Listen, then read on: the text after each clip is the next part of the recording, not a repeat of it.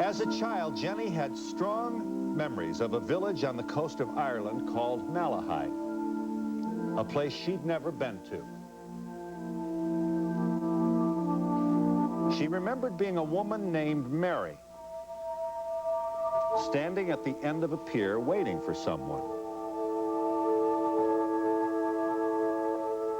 She remembered being the mother of 8 young children, and then dying and leaving them alone.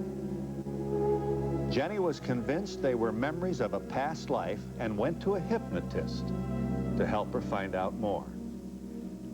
She began writing letters to people in Malahide, hoping they'd remember the family. And one did. Before going to Ireland, she drew the buildings that were part of her memories, hoping they'd match the real ones in Malahide. And they did. That woman is Jenny Cockell. You're English-born. I am, yes. From where? The Midlands, right in the heart of England. You had never been to Ireland, however, I don't think. No, certainly. But when I started talking to my mother about the memories, I was only 3, and I certainly hadn't been to Ireland then. You started talking to your real biological mother. That's right, yes. Mommy, I have memories. Well, I was confused because I assumed that everybody remembered past lives. I'd always remembered several of them. And I thought that it was a normal thing. But people didn't talk about it, and I couldn't work out why they weren't talking about it. When you had these memories, you had specific memories of an area, of a village. Yeah. You were able to draw a map, and somehow as you matured, and as these memories persisted, and as you recorded the details of these memories, you were able to locate the actual village that were the place of these memories. So I remembered, I drew the map from remembering walking around in the village, label where the cottage was, and I used to draw them from very young. And it was 1980 before I actually went, I got so fed up, I thought I've got to do something. I'd always wanted to do something to try and trace the children. It sounds as though it's a sort of shallow emotion. It wasn't. It was an incredibly strong driving emotion. But I went along to a local bookshop, and he ordered a map for me of the area that I had specified, which was, I had thought and hoped was Malahide. And they matched my hand-drawn map from childhood and the map that he bought me, Malahide. They matched. Did the memories include the geography of Ireland? You knew it was in Ireland? Not generally the geography. I just always knew it was Ireland, in the same way that you know your nationality. Yes, indeed. So you are Irish then? No, I'm you're not. All right, so you're English-born, English-raised, yes. but this memory is of Irish. Yeah.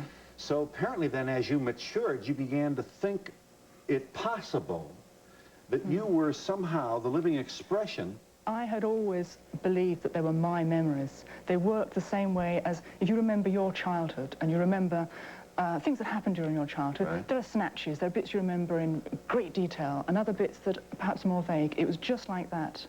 Most of it was in memories, but it was as an adult, before my childhood. So they were always there, right from the start. Now, how many children then did you have? Did these memories move you to believe you had? There was varying numbers depending which part I was remembering, but the most was 8. 8? Yeah. So you believe you found, as you began to sketch, you found the community. Malahide, incidentally, is a community outside of Dublin, is it not? That's right, yes. You began to write people there.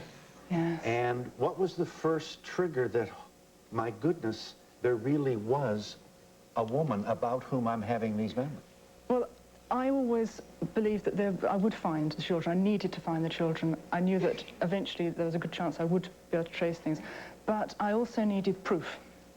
I needed to be sure that when I did trace them, it was the people I was looking for, not just any family that had a break up with them. Had you believed in reincarnation at this time? Well, since childhood, as I said. I mean, my problem, you've got to look at it the other way around. My problem was trying to understand that other people don't remember. For me, remembering was normal. But you're remembering the experiences of another person. Well, for me, it was emotional. The involvement was emotional. Right. It was my emotion. And you're not looking for yourself, you're looking for the children of the person you believed you were. Absolutely. And you also believe that person is dead. Well, yes. Otherwise, I remember the death. This is one of the facets that, in fact, one of the things that used to drive me. I remember a small room in the hospital in Dublin. It's painted white, and I think it must have had some of the first electric light in Dublin, because they actually electrified in 1932, generally, but some of the city areas had lighting. And I remembered the pain, not of dying, but of leaving the children behind and not knowing what was going to happen to them. And they were all different ages. I mean, the oldest was 13. And I was really concerned, always concerned, throughout my childhood as to what had happened to these children. Then as I grew up, I realised I always knew more or less what time period we're talking about. It made me feel really inadequate, because I realised they were growing up. I'd missed their childhood. I was going to have difficulty even if I found them. But I still needed to know. For me, they hadn't grown up. For me, they were still small children. And who were you? Who are you? I'm not sure how to answer. To cut it... yeah. To cut it short. Am I a man dreaming that he's a butterfly? Or am I butterfly dreaming that he's a man? I'm not sure. In 1989, I visited Malahide. I found an old resident who remembered the family. He was able to confirm that in that little hamlet there was only one household with that number of children, and that the mother was called Mary. She did die in the 1930s, 1932.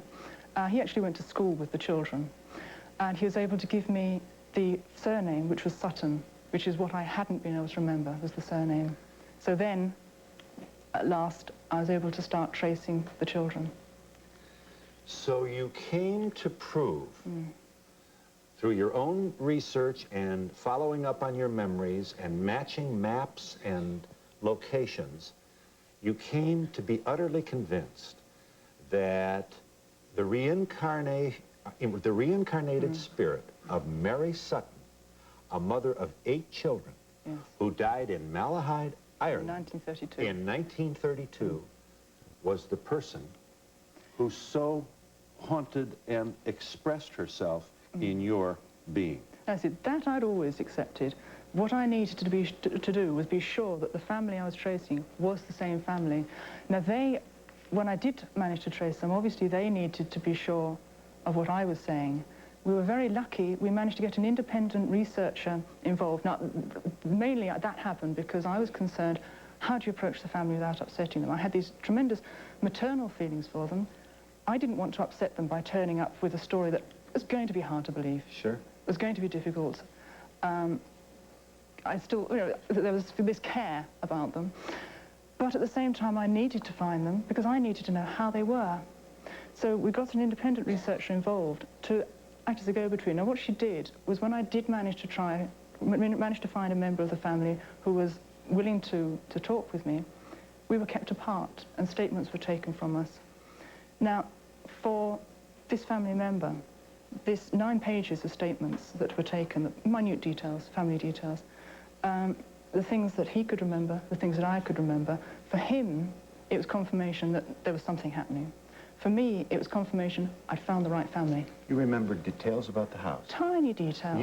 You weren't born until 1954. Yes. You're 40. 1953, yes. You were born in 1953. This woman died in 1932. Yes. And you were able to share with surviving members of this family details of the house. For example, when and details of their personalities. I mean, they haven't changed. It's the curious thing. The little bits that you notice in children, and you can see in the adults now. This is a picture of Mary Sutton. Yes. The woman about whom we speak. There she is with one of her children. That's Phyllis. Yes. You have subsequently learned that 5 of the 8 children survived. Survived, yes. In a moment, look, is that, do you think? You think it looks just like her? We have believers, do we, in our audience? What did the Catholic priest say when you brought this to him? Now, this was a problem because I feel very strongly that everybody's entitled to their own view and their own belief. Partly that's because I had problems as I was growing up, obviously, with my way of looking at things. And if I expect people to let me feel the way I do, right, then I've got to let other people feel the way they do. So when I wrote to the priest, I explained that I had these memories and dreams, but I didn't explain to him what my interpretation was. Right. I needed to know his reaction. Now, he was very, very understanding. He explained how he saw it, but he didn't say, this hasn't happened. He didn't say, this can't happen. He was somewhat open-minded and not... That's right. Yes. I mean, he didn't see it as reincarnation because this wasn't within his concept. You have no But that's doubt fine. that this is what it is, do you? For me, that's what it's got to be, because it's a personal experience. This is a mother who so longed, Right. so worried about the well-being of her 8 children, taken from them as she must have been at an early age. Right. How old was she in 1932? Incidentally, 37. this... 37. 37. Yeah. This photo was taken in 1927. That this longing expresses itself in you. You are the... Well, as I said, for me, that was me. So, let me show them... But it's different for... When you went to the location of the house in which you believed you raised 8 children and died in 1932, hey, this is what you believe. Yes. All right. Yeah. The house is destroyed, isn't it? I mean, time took its toll. It's all grown over, but I did eventually manage to find it. Show them, Brian. Here you are with members of the family. This is after you are visiting what you believe to be... The ruins. The ruins of a place in which you lived and had 8 children in another life. Here you are with some of those 8 children. In a moment, we will meet 2 of the children here on our stage who will talk about what it's like to meet someone who claims to have been their mother in another life. In fact, even with the children, it's important that they should have their own way. You're not looking at it. You don't want to be evangelical about this. You want them to come to their own conclusion. Absolutely. It's important. Look at this. On the chimney. There in the middle of the house. To the right. This is outside Dublin. You're looking now. Mess now. From the living room. Yes. There are only 2 windows, and they're at the front of the house. If you move... So we've done programs about what it's like to have the phone ring and someone say, I'm your biological daughter. I'm your biological mother. Well, now the phone can ring.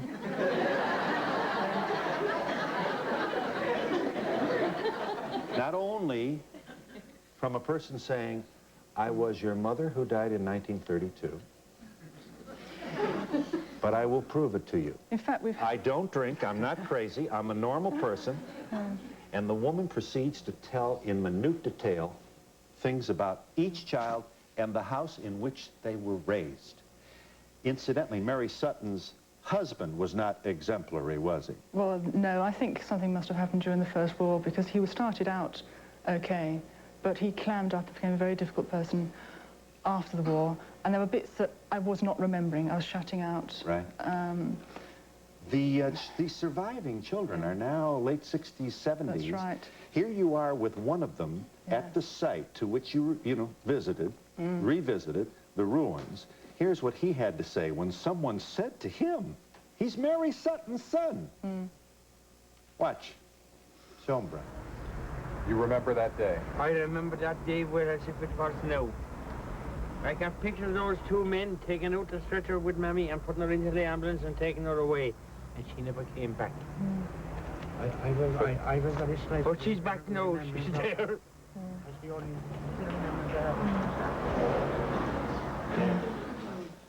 We'll meet two of the surviving children of Mary Sutton, whom Jenny Cockell believes she was, when we come back in just a moment.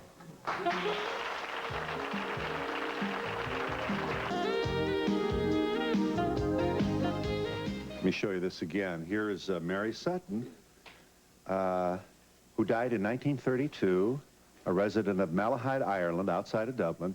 This is her daughter, Phyllis, as photographed in 1927. Phyllis is now 68, and she is here. She is Phyllis Clinton, and she is here with her brother, Sonny, who was the oldest of the family. Sonny is now 75. May I ask Sonny Sutton and Phyllis Clinton to kindly step forward, make them feel at home. How you doing?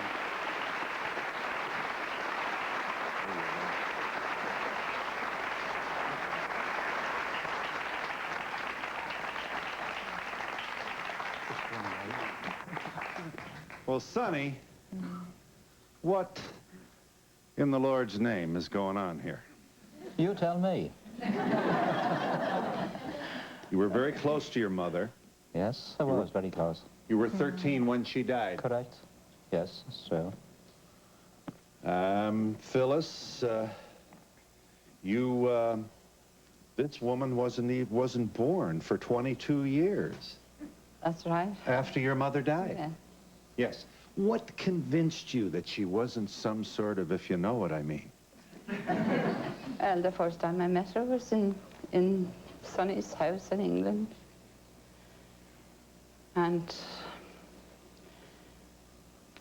I said, there's something here. There's something really here. How could she know about our house? It was broken down. And she knew exactly everything about it. You felt, did you feel your mother's presence? I did, yeah. You did? Yeah. When we were in the ruins of the house with Jenny, I thought, she is my mother. I got that sensation. Mm-hmm. And I'm sure you're Catholic raised. Yeah. So you must have had some uncomfortable feelings about this, because this is not consistent with the Catholic faith. I had, but I went to my priest about it. And I showed him the thing, the part in the paper. Yeah. And he kind of wouldn't say he believed in incarnation, but he said, that's your mammy's soul going, and she was going to heaven. He said that's your mother's soul? Oh, and she was going to heaven, meant of Jenny. Mm. Expressing itself in Jenny. Yeah. Yes. You feel that way too, don't you, Sonny? Yes, I do now. How long did it take you to come around, Sonny? It took me about a year to come around to thinking of reincarnation, because, as you already said, that we're Catholics, and we're taught not to believe it. There's no such thing as reincarnation. But I believe there is something there now. For the years has passed between my mother's death and Jenny's birth, and there's another thing I'd like to try and find out is, how can a woman expand 21, 22 years from my mother's death to her birth, and then be able to follow through and tell us everything that happened 22 years before? Yeah. She knew everything that happened in a life that predated her birth by almost 3 decades. It was not possible for her to go and explore and make this rigged, because the house is in ruins now, in which you were all raised. Yes. Apart from anything else, I spoke to a number of people when I was quite small. I mean, my mother, my uncle, and... Before you would have had time to have any kind of... sort of... Yeah. Apart from anything else, there'd be no point. I can't imagine doing something like that in retrospect as an adult. It just... You have 2 of your own children? Yes. Mm-hmm.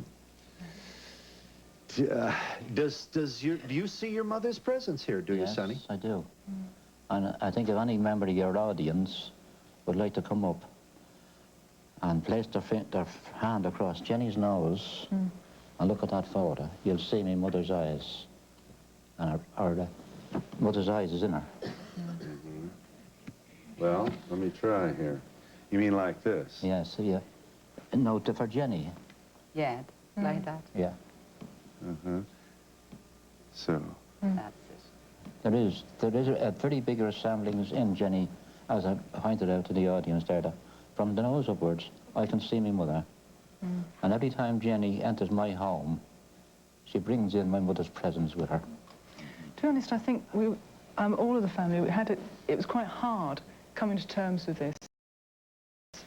And I mean, I spoke to Sonny about sharing the story as a book, which we've done now, which is across time and death. And it's been something that has helped us, I think, by talking to other people, explaining how we feel, all of us, how we feel about the whole experience. Because it is difficult, and there are lots of different ways of looking at it, and it's just given us that chance to explain how we feel and come to terms with it, I think. In a moment, we'll meet a psychiatrist who is Yale educated, MD, who will talk about conventional therapy has often led people back to their childhood in an attempt to discover what bricks we may be carrying that's influencing our behavior now. And this physician will say all he's doing is extending it one step back. One step backward to our lives before, and how unfinished business might be influencing us now. His name is Dr. Weiss. We'll talk to him in just a moment. He's a practicing psychiatrist from Miami. This is your account. Across time and death, a mother's search for her past life children. You believe these are your children with whom you sit on our stage? Yes, I believe that they were. Ladies and gentlemen of the jury. Yes. What do you think? We'll find out when we come back in just a moment. I don't believe in reincarnation, as I'm a Catholic as well. Right. But that could be my grandma sat there. Be a part of the audience. Please send a postcard for free tickets to Donahue Tickets, care of NBC, 30 Rockefeller Plaza, New York, New York, 10112. Remember, postcards only, please. Be sure to include your phone number with area code. Yes, ma'am. Yeah, have you figured out why in that past life you died and had to leave them? Not what caused it, but like on a spiritual level, why that was important to happen? I'm not sure that's a question that I can answer, because you're assuming there are certain sort of rules to this sort of thing. I think it just happened, and I think it was a tragedy. Yes. We should know more. Your father drank, is it not true to say, with respect to his memory? Yes, that's correct. So your mother was not a happy person. No. 8 children and a father whom, a husband who may or may not have helped her with this. But a husband who didn't help her. Didn't help her. Well, I God think bless also the he got- Irish. I'm sorry to when he got- raise the yes. memory after all these years. It got worse, didn't he, when you just... And this could be causal, couldn't it? I mean, the unfulfilled spirit, a mother who desperately missed her children and was concerned about them after her death would be the energy that would express itself in you. Yes. Yes. Certainly it was the worry about the children that was the centre. I believe that my mother died too young. She died before her time. To be sure. And she And the left the children family were grown up. behind her. And her worry was what was going to happen to those children. Yeah. And she never rested. She never went to peace until this found. Died on the bed. I'm just wondering, now that you're convinced, and obviously this is or has happened, did you want to take it further? I mean, what was before this family? Oh, I see. I have actually always had several past life memories since early childhood, and I'm not bothered about researching the others. It didn't matter. This was what mattered for me, and by finding the children, that's great. It's settled. I know how they are. I know what happened. It's a whole different game now. It's life has changed. I believe that this type of thing can happen from time to time, because I could remember walking down the street and seeing something or having a conversation and knowing I've never had this conversation before. What I'd like to ask you, will you move to Ireland to become a part of your new children's family? No, I have a family. I am me now. Whatever I feel I was, the person I am now is Jenny, and I've got this life to live. Yes. I was wondering if you've made any money off of the Sutton family. Have you received any money from them? How much money are you planning to make from the book? Yeah, interesting. Yeah. It's an interesting thing, because when any book, if you publish, there are no guarantees. I had thought as far as sharing the story. I mean, my motivation was, this was something I had had to hide away for years. I didn't feel I was accepted. What I experienced was something that was unusual. The reason for writing and opening the story up was so that I can say, well, look, this is me, and I'm not afraid of sharing it anymore. I hadn't really, I know it sounds rather silly, but I hadn't thought beyond the point of publishing and sharing the story. The fact that there has been interest in it has been a source of amazement for me, because I didn't have that sort of response as I was growing up. I didn't expect it now. It was great that it was published. I didn't honestly think beyond that point. You're Kathleen. I am. You're Sonny's daughter. I am. Well, how well raised you are, and how proud you must be of your dad. Does your mother survive? No, she doesn't. What do you think? I find it fascinating, and I have read the book. I don't believe in reincarnation, as I'm a Catholic as well. Right. But that could be my grandma sat there. Sure could. So you're allowing the door to be open here for you. Mm-hmm. Yeah. Can we assume that this has been a little bit difficult for you too? It's been hard for me to believe. Yeah. You know that. You know. Right. She's been reincarnated to my grandma. Yeah. Your father and his sisters and his siblings have not been altogether close throughout their adult lives. This was a family that devastated by the death. My word, 8 children. This woman dies in her 30s. Yeah. So I assume then that orphanages claim the kids as they, after the death? I don't know. I think my father stopped at home with his father after his mother had died, and the rest of the children went into an orphanage. There was a baby, I think, which my uncle adopted. Your grandmother, who may or may not be with us on this stage, died shortly after the birth of her eighth child. She did. Yes, I think a couple of months. It's hard to believe, because I am actually the same age as Jenny. Yes. We were born the same year. Yes. Uh-huh. You wanted to say, Dad? Yes, I wanted to say, the baby that she's speaking about is the baby that my mother died on. Yes. Yeah. And I reared the baby for the first 8 weeks of her life. And although I was only 13 years of age at the time, but I had a great experience of looking after children. Wow, 13 you were. Because I used to watch me mum and help me mum looking after the younger ones. So when I was left with this baby to attend to, as I could wash the baby, I could change the baby's nappy, I could feed her, just the same as any woman. It's okay, you laugh. Yes. You were good with the formula, were you? And then, after about 8 weeks, my father's brother came and claimed the baby and adopted it. Uh-huh. And have you had a reunion with this baby whose first days were owed, her survival owed to you? Yes, I've had a reunion 3 years ago, after 62 years. And how does she feel about Jenny? Well, then, it's very hard for me to express somebody else's feelings, but the way she spoke to me is that she believes the same way as I do now, that my mother's spirit was passed through to Jenny. My mother wanted the family to be found, the family to be reunited. Right. And when that was done, I believe, as a Catholic, that my mother will go to rest. Mm-hmm. She's able to rest now. Exactly. It's kind of like closure for her. For her. And when we say, may she rest in peace, you have the feeling now that finally she is. And we'll be back in just a moment.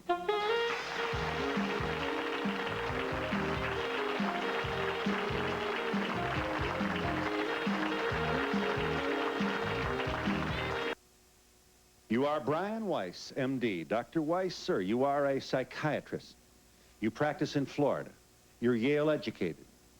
And you, as a part of your protocol in your own clinical experience with patients, engage or help the patient regress. Do I understand this? Yes, that's right.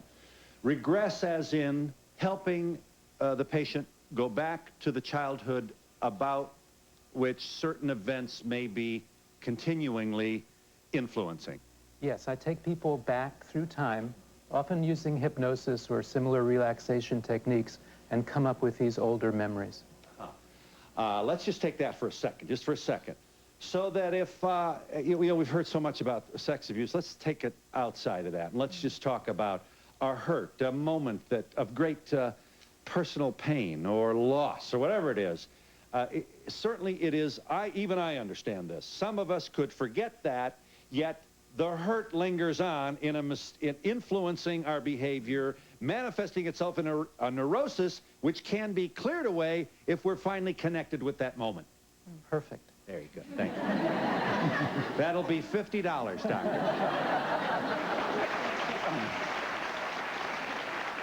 Now, all right, here's where you separate yourself from so many of your colleagues. You also believe that we can go back one step further, as would certainly be the case with Jenny here. Talk to us about that.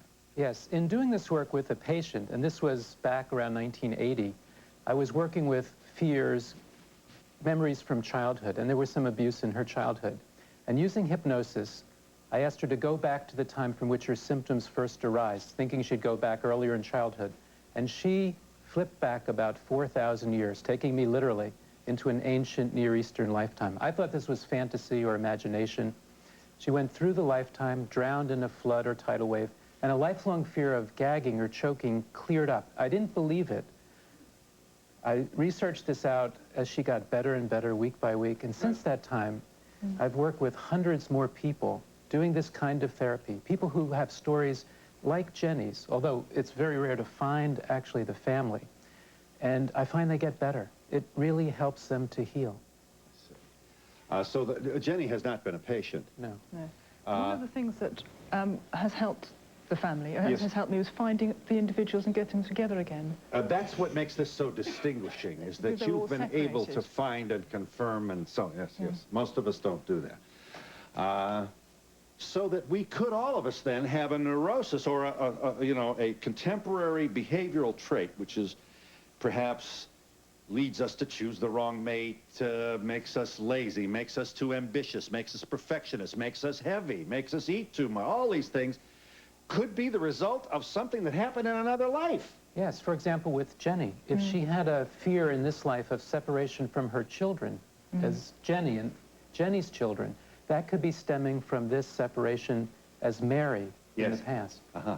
Now, we've already had the testimony of 2 of the 5 surviving siblings, offspring of Mary Sutton, who they are very honest to say, following their mother's death, this family just went scattered.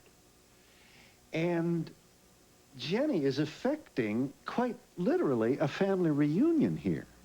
Is that the reason? Can we ascribe this as the reason for the spirit that would live on, Mary Sutton's spirit in Jenny? I think that's happening here, and it's wonderful. But I think we come back. I think reincarnation is real now, to keep learning. Not just to bring families together, but to find out that there really is not death as we think it is. Yeah. There's so much more to it. And that actually this can be used as a therapy, too, as a healing mechanism. And the longing and the concern that their mother Mary had for them as a result of dying at an early age and leaving these helpless children motherless is an energy which you are saying doesn't just disappear. Exactly. Consciousness does not stop when the physical body dies. And if we're not finished here, we come back until we get it right. This is just one of the best cases that I've come across of how this operates. Wait till you see the Donahue Show 3 lifetimes from now, boy. I am going to be perfect.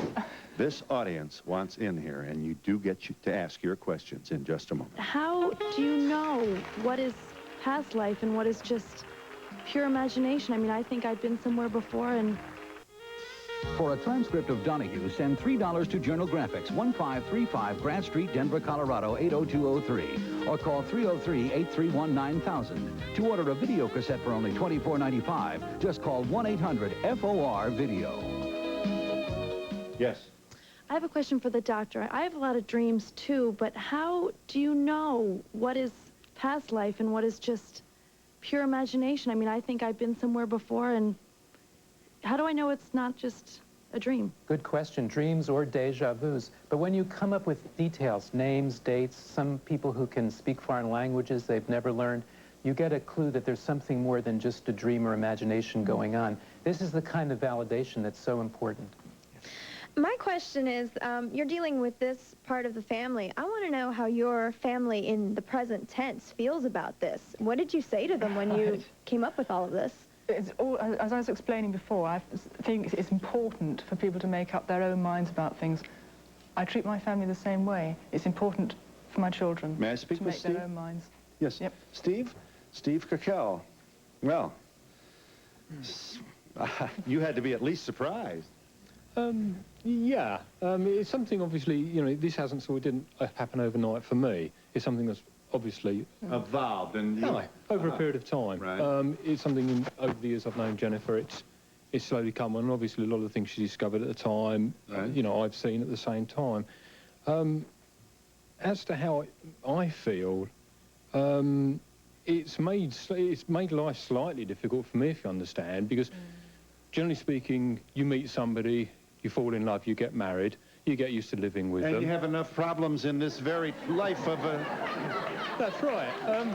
You get used to living with somebody and being part of their life, if you like. Sure. You then have children. You as a husband, you then get used to taking a slight back seat to that because the children obviously have to come first. Right. And then the wife goes and finds another family. Obviously, it's not experience, trust me. But I can only take on evidence that's given to me as it's given to anybody who takes it at third hand. I've got to experience this at second hand. Obviously, I cannot experience it at first hand. Right. I can't offer that sort of validation. But given what's there, yes. To me, it's fact. How you explain it is a purely personal thing. I see. Or whether you call it reincarnation or something else, that's purely personal. Now, your own children threatened it all. I don't feel so. You can ask one. You're Lee? Yeah. You're Lee. Well, there's your brother and your sister right there. Yeah, a bit older than me, though. I tell you. I hope you're keeping an eye out on them. Yeah. It happened, and if it's true, it's true. I don't know. What would you want to share with us? Obviously, this audience would be curious to know whether you feel in any way discomforted by this, or... I don't feel threatened or discomforted because I've got my life and Jenny is my mum, and these people also feel that she's their mum as well. Yes, and they are nice people, aren't they? Yeah. So that however these people may have come into your life, that is a positive thing because they are such generous, outgoing, and obviously caring and loving folks. Yeah, they're fine. They don't try to take over or claim or anything like that. Well, I thank you so much. This is quite an experience, Lee. I thank you and your father, Steve. Your mum is here, Jenny, and she's also here with 2 offspring. If you joined us late, I have no idea how to tell you what has transpired before you. But in the moments we have left, we'll allow this audience many hands in the air to ask their own questions in just a moment. But she cannot be our mother, but she is the next best face. To be a part of the audience, please send a postcard for free tickets to Donahue Tickets, care of NBC, 30 Rockefeller Plaza, New York, New York, 10112. Remember, postcards only, please. Be sure to include your phone number with area code. Across time and death, a mother's search for her past life children, and here she is. She's found them. Yes? I wanted to ask Jenny, now that you found the children, how you feel? I feel a lot happier. I know how they are. I still feel that there are some years that I've missed, but they've been filled in. I'm still aware of the children who aren't here now. There are 5 of the 8. But a lot happier, much happier. That's the key, happier. That's the therapy part. It really does work. When people find this, they get feeling more peaceful, happier. I want to give you a chance now. You're not a pushy kind of person, if you know what I mean now. You feel better too, do you? Oh, I do. I feel much better. You feel better? You feel connected with your mother? I do, yes. I feel I have someone looking after me. Have all the surviving members of the family been reunited? And how do they all feel about it? They all feel slightly differently because they all have their own opinions, and that's quite right. That's how it should be. Yes, all 5 surviving members, I mean, they're great. They all get together. We have a good time. Every one of us accept Jenny now. We all accept her. But she cannot be our mother. But she is the next best face. Jenny, you have vivid memories of Miss Sutton's death, and you have vivid memories of Jenny's childhood. Any memories in between? There are. That does get much more difficult to explain. The quick way of explaining is that when I first started reading about near-death experiences, especially some cases in particular where things were coming up that were exactly the same, I thought, thank goodness for this. Because you have these memories and you think, wow, this is just something you can't prove. But basically, very similar to other people's descriptions of near-death experiences. I would ask you, Sonny, you're the firstborn. Yes. But of 8. Yes, that's correct. And you did everything but nurse that baby in the first 2 weeks of its life. I did everything and nursed it. Oh, you did nurse it, all right. And I done this. I bet you did. And I bet you were good at it, too. Yes, I was. When did your father die, Sonny? I don't know. You don't know, so you're not even aware of his grave or anything? My father packed up home in 1940 when the war broke out, and that was it. I was wondering, will this be made into a movie of the week? I don't know why not. Yes. All right. I've got one for the doctor here. I'm curious, given your background, do you propose that there's a biological mechanism of some sort that unconscious memories can reenact themselves in a different person? And if so, how is that possible? Because to me, it seems like you're saying something supernatural going on. How do you get around that as a doctor? I think it's a matter of energy. Just because we cannot measure it yet, the physicists talk about energy never dissipating. It seems to come back, and the energy has some sort of awareness or consciousness, but we don't know the biological mechanism. I just know that this seems very real. This is a question for either of the children. After your mother passed away, did you have any feeling or idea that you would once again be reunited on Earth? Who was the question to? Me? Neither one, Sonny. No, we had no idea. None whatsoever. When my mother passed away and the children were taken away, which the boys were sent to orphanages, the girls were sent to convents. I was left at home with the father. I lived with the father for 4 years after my mother died. But through his cruelty, I had to leave. And I joined the army when I was just turning 17. This is a question for the doctor. I read your book, Many Lives, Many Masters, and in the book, you went through hypnosis with one of your patients, and she said, it's year something like 320 BC. And I just didn't understand how somebody in hypnosis, being in that life, could know that it's BC. It just seemed very unbelievable to me. Right, what happens with hypnosis? It's not like Star Trek. You don't get beamed into a place. It's happening right now. It's like watching a movie. And if you watched yourself building a pyramid, you would know it's BC. Just, that's how they can speak English. Jenny came up with years. She knew the years. She knew it. Yeah. Well, I have dreams myself. And we'll be back in just a moment.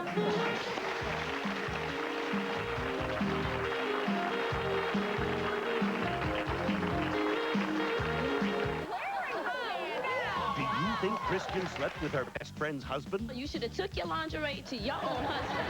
Next, Donahue. This picture was taken 66 years ago. There you are, Phyllis. What a beautiful child. Look at the eyes now are the same. There you go.